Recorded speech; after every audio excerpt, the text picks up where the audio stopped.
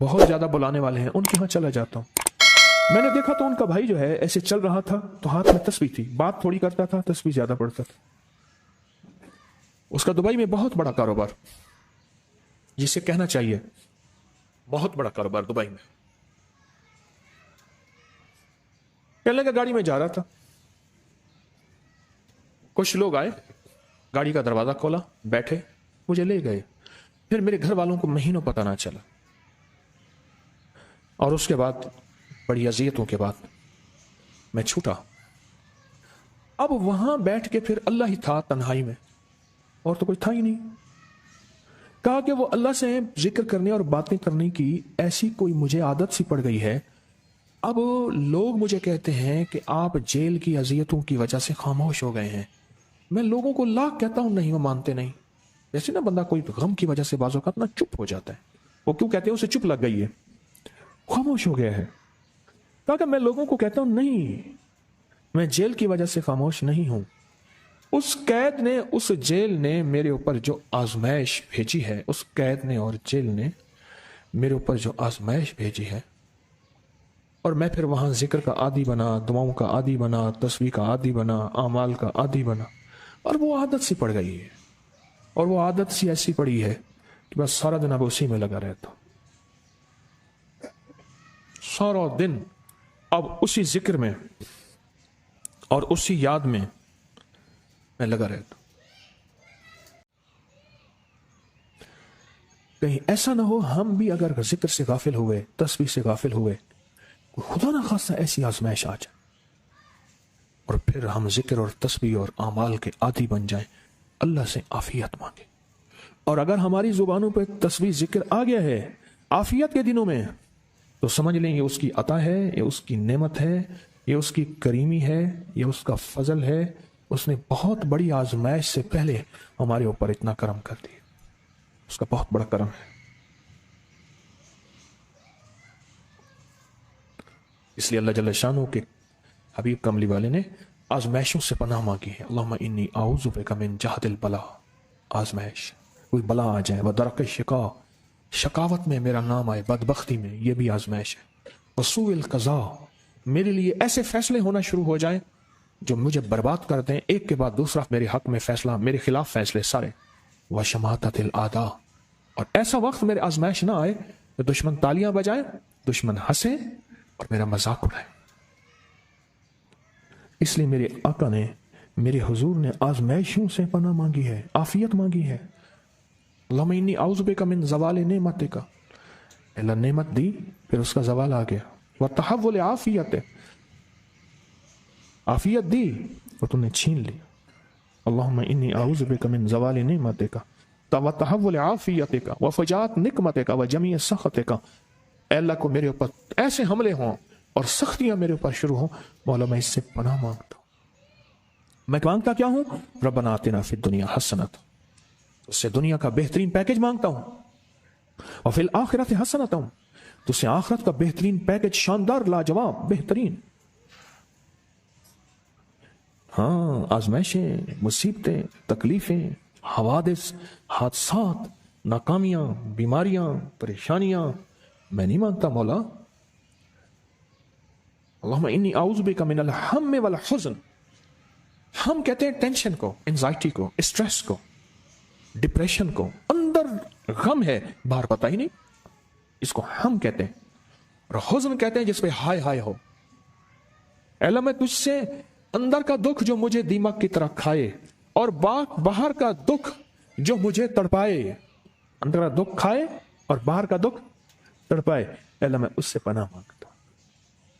ہم والحزن، عجز والکسل، ایسا کہ میں عاجز ہو جاؤں یا میرے پر سستی غالب ہو جائے۔ کتنے لوگ ایسے ہیں ان کے اوپر سستی غالب ہے، بہت بڑی مصیبت ہے زندگی کی۔ میرے آقا کملی والے نے اس سے پناہ مانگی، اللہ کے حبیب میرے آقا نے آزمائشوں سے پناہ مانگی ہے۔ اللہم انی اعوذ بک من الفقر والکفر، اے میرا مولا مجھے کفر سے اور فقر سے بچا۔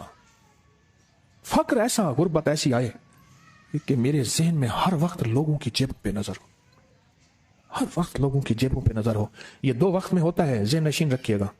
اس فقیر کا تجربہ ہے. ایک جب طمع بڑھ جاتا ہے، لالچ بڑھ جاتی ہے، اس وقت لوگوں کی جیبوں پہ نظر ہوتی ہے. جب فقر بڑھ جاتا ہے، غربت اور تنگ دستی اور فقیری بڑھ جاتی ہے، پھر لوگوں کی جیبوں پہ نظر اس کی ہوتی ہے اور اللہ کے خزانوں پہ نظر نہیں ہوتی یا کم ہوتی.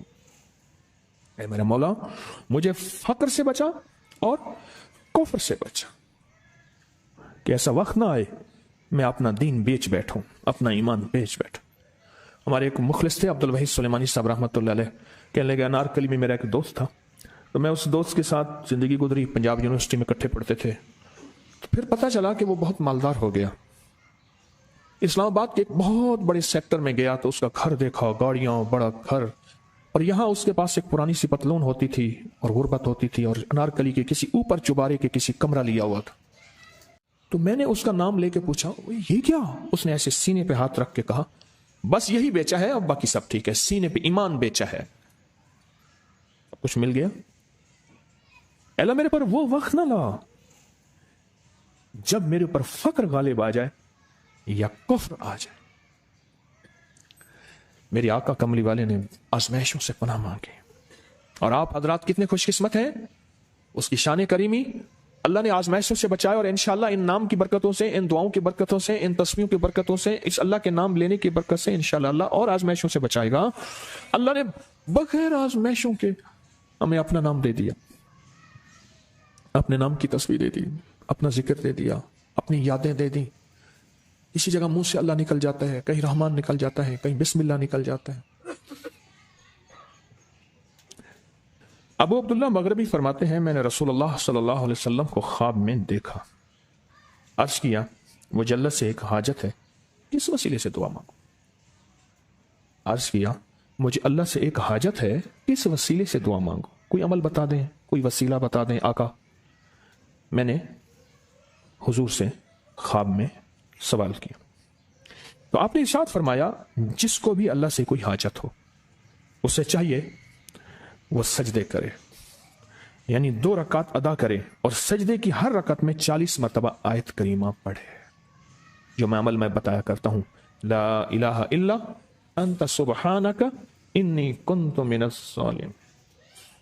جب بھی کوئی مشکل ہو، الجھن ہو، پریشانی ہو، کوئی تکلیف ہو، کوئی مسئلہ ہو،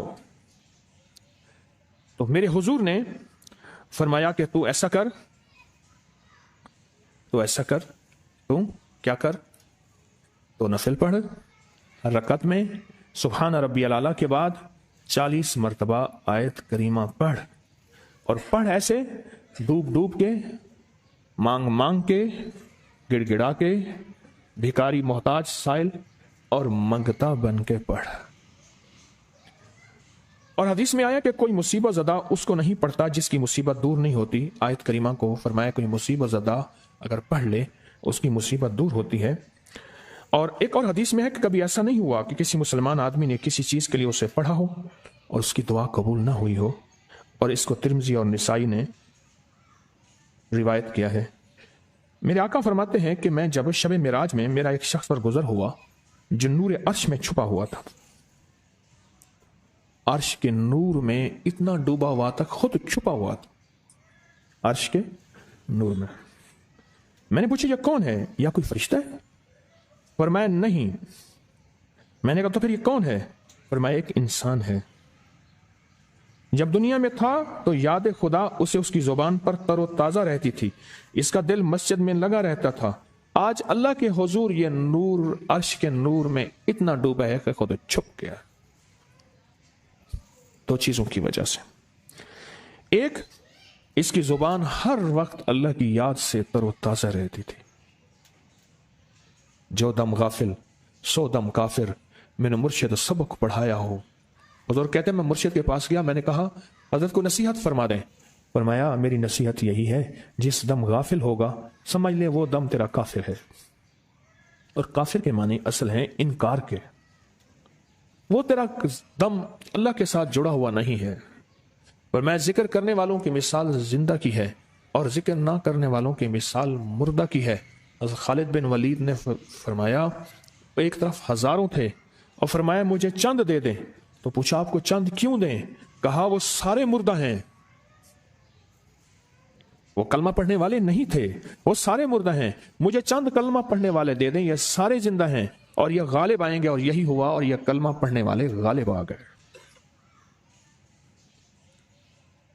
آپ نے فرمایا کہ غافلوں کے درمیان اللہ کی یاد میں لگا رہنے والا ایسا ہے